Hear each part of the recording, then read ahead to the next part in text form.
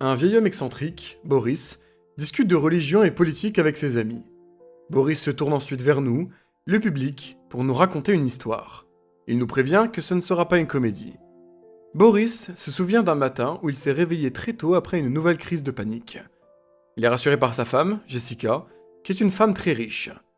Boris enseigne la théorie des cordes à l'université. Il lui semble qu'il est l'une des rares personnes à être consciente de l'impénétrabilité de l'univers. C'est la raison de sa peur et de ses crises d'angoisse. Étant dans un état de panique, Boris rappelle à Jessica l'adultère qu'elle a commis il y a de nombreuses années. Dans un élan d'émotion, il a ouvert la fenêtre et a sauté. Oui, comme ça, d'un coup. Dans le présent, Boris raconte qu'il a survécu. C'était après cet incident que l'homme a pris la décision de divorcer de Jessica. Boris travaille au noir en apprenant aux enfants à jouer aux échecs. Mais il ne sait pas comment trouver un langage compréhensible pour eux.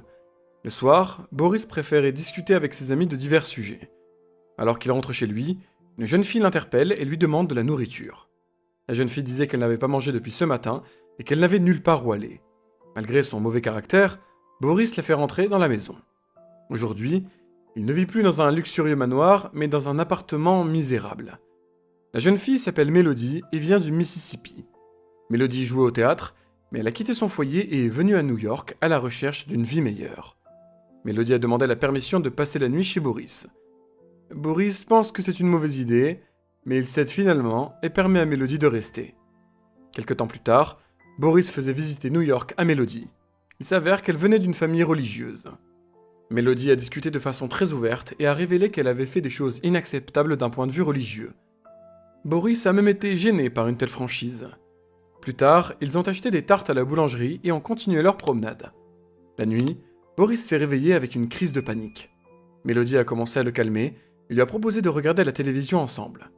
L'après-midi, ils se promènent à nouveau et admirent la Statue de la Liberté. Boris est surpris de constater que Melody est une fille très sociable. À la maison, Melody écoute de la musique et prépare un repas pour surprendre Boris. Lorsqu'il est arrivé, la jeune fille lui a annoncé une bonne nouvelle. Elle a trouvé un emploi de promeneuse de chiens. Boris ne trouve pas cela sérieux.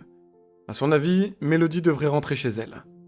Soudain, Boris se rend compte que la musique que Melody écoute lui est familière. C'est la même chanson qu'il avait entendue la première fois qu'il avait rencontré Jessica dans un bal.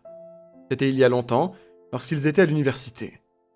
Lorsque Melody a avoué à Boris qu'elle est en train de tomber amoureuse de lui, il lui a répondu qu'il n'en était pas question. Il trouvait cela absurde car ils n'avaient rien en commun, sans parler de la différence d'âge. Le lendemain, la jeune fille a commencé à promener des chiens pour gagner de l'argent. Elle rencontre dans la rue un beau garçon nommé Perry. Une conversation agréable alliée entre eux. Le mec a suggéré à Melody de continuer leur promenade ensemble. Plus tard, la jeune fille en a parlé à Boris. Perry lui a fixé un rendez-vous le vendredi à 8h. Boris conseille à Melody d'être prudente. Vendredi soir, Melody portait sa tenue la plus colorée. Boris a dit qu'elle avait l'air provocante, mais la jeune fille n'y voyait rien de mal. Ils sont allés dans un bar pour un concert et Boris a rencontré des amis. Ils philosophaient comme d'habitude. Lorsque Boris est rentré chez lui, Melody n'était toujours pas là. Boris se sentait très seul. Peu après, Melody, ivre, est rentrée et a avoué que le rendez-vous ne s'était pas bien passé. Elle n'a pas aimé Perry et ses amis avec qui elle ne pouvait parler de rien. Boris fixe la jeune fille pendant un long moment. Il trouve étonnant que Melody et lui se soient rencontrés. Du point de vue de la théorie des probabilités, c'est même presque impossible. Très vite, Boris et Melody se sont mariés.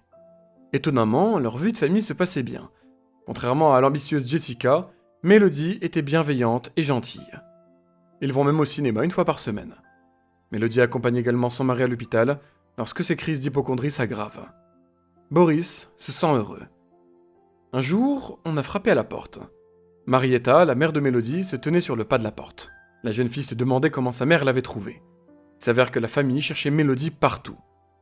Marietta a été horrifiée par le bazar dans l'appartement, mais la femme a été encore plus choquée lorsqu'elle a appris que sa fille était mariée. Boris sort des toilettes, et en le voyant, Marietta s'évanouit. Sa fille l'a ramenée à la raison.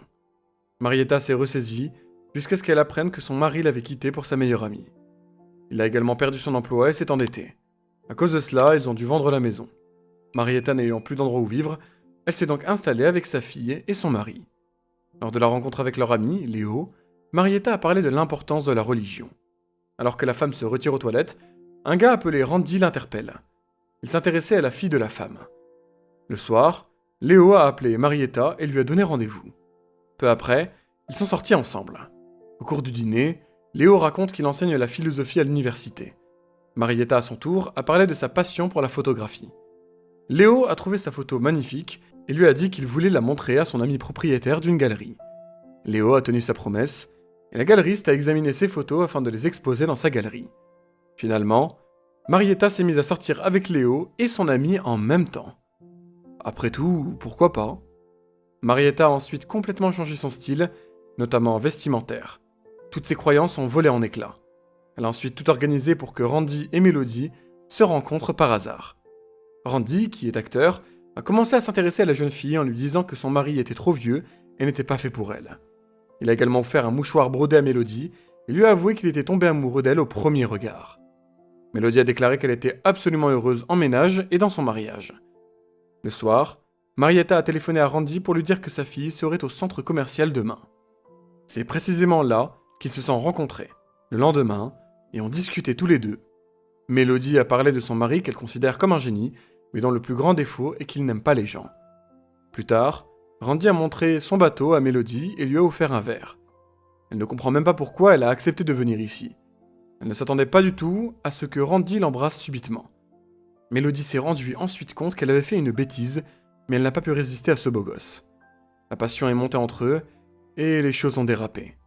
Lorsque Melody est rentrée chez elle, elle n'arrivait pas à supporter la culpabilité pour avoir trompé son mari. Boris a immédiatement remarqué que quelque chose n'allait pas avec sa femme. Soudain, on frappe nouveau à la porte. C'était John, le père de Melody, qui se tenait sur le pas de la porte. Il était venu s'excuser auprès de son ex-femme. Il regrettait d'avoir quitté Marietta pour sa meilleure amie Mandy. John s'est agenouillé et a commencé à prier, mais Melody l'a arrêté directement. Elle lui a avoué que sa mère a complètement changé son mode de vie. Maintenant, elle n'est plus religieuse et fait juste ce qu'elle aime. Ce jour-là, John est allé rencontrer son ex-femme après 1 an de séparation. Et le même jour, Melody a avoué à Boris qu'elle avait rencontré un autre homme et qu'elle en était tombée amoureuse. Elle espérait pouvoir tout de même conserver son amitié avec Boris. Mais il avait déjà compris que tôt ou tard, cela devait arriver. Melody s'ennuyait de ne voir personne et voulait expérimenter de nouvelles émotions. Elle a donc pris la meilleure décision pour elle. Le soir, John est allé boire un verre dans un bar. Il a été interpellé par un homme qui s'était lui aussi fait larguer, pas par une femme, mais par un mari. Cette situation était inacceptable pour John. Cependant, après avoir écouté l'histoire d'Howard, il a compétit avec lui et a même ressenti de la sympathie. John lui a avoué qu'il avait quitté sa femme pour la meilleure amie de celle-ci, mais que rien n'en était sorti. Suite à cela, Melody était heureuse avec Randy, mais Boris s'est retrouvé seul. Il s'est à nouveau jeté par la fenêtre, mais cette tentative n'a pas abouti non plus. En plus de cela, Boris est tombé sur une femme et son chien, mais il n'a pas été blessé. La femme, elle, s'est retrouvée à l'hôpital. Elle a dit à Boris que ses actions de chacun affectaient les autres, et qu'il devait y faire attention. Boris n'a pas changé d'avis pour autant et pense encore que l'humanité est condamnée, mais il est quand même désolé de ce qui s'est passé. Et il ne s'attendait pas par contre à ce que Helena l'invite à dîner lorsqu'elle irait mieux. Quelque temps plus tard, John, qui était un conservateur endurci, sort maintenant avec Howard, consulte un psychiatre et se prépare à se convertir au judaïsme. John s'est également lié d'amitié avec son ex-femme et ses 2 petits amis. Melody est heureuse avec Randy et Boris est heureux avec Helena. Aujourd'hui, ils fêtent tous ensemble le nouvel an. Chacun a trouvé ce qu'il cherchait. Boris détestait cette fête auparavant, mais aujourd'hui, tout a changé.